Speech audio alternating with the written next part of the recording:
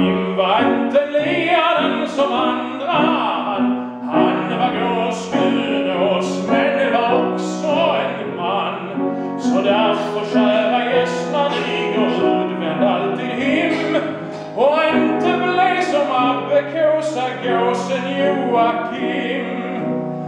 Men skulden till att han kom vill i världen var så stor. Han kläckte så en höna och inte hos sin mor. Han vaknade och saknade sitt hem och syskonen. Och hönsa kyllingarna kändes heller inte vän.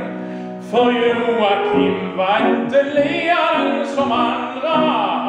Han var gåskudos, men var god som en and. Så därför steg han ut i världen utan något hem. Den stackars lille abbekåsa gåsen Joakim.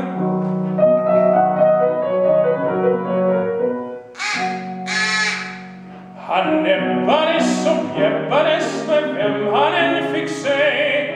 Och vid en vaskan såg han sig henne 1, 2, 3. Han vädrade och fjädrade sig då för henne så att fjädrarna på stjärten nästan ville trilla av. För Joakim var inte learen som andra. Han var gåskudos, men också en man. Och i en dungel log hon och sa: ja, jag heter Kim. Och det var allt för abbekåsa gåsen Joakim.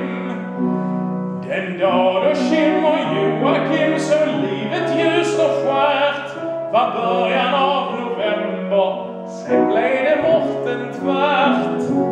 Han vaktades men slaktades som den som aktas bör. Det flott han lämnade efter sig var mera vart än smör. För Joakim var inte learen som andra.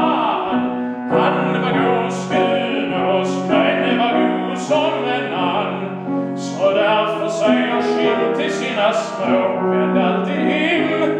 Och inte bli som abbekåsa gåsen Joakim.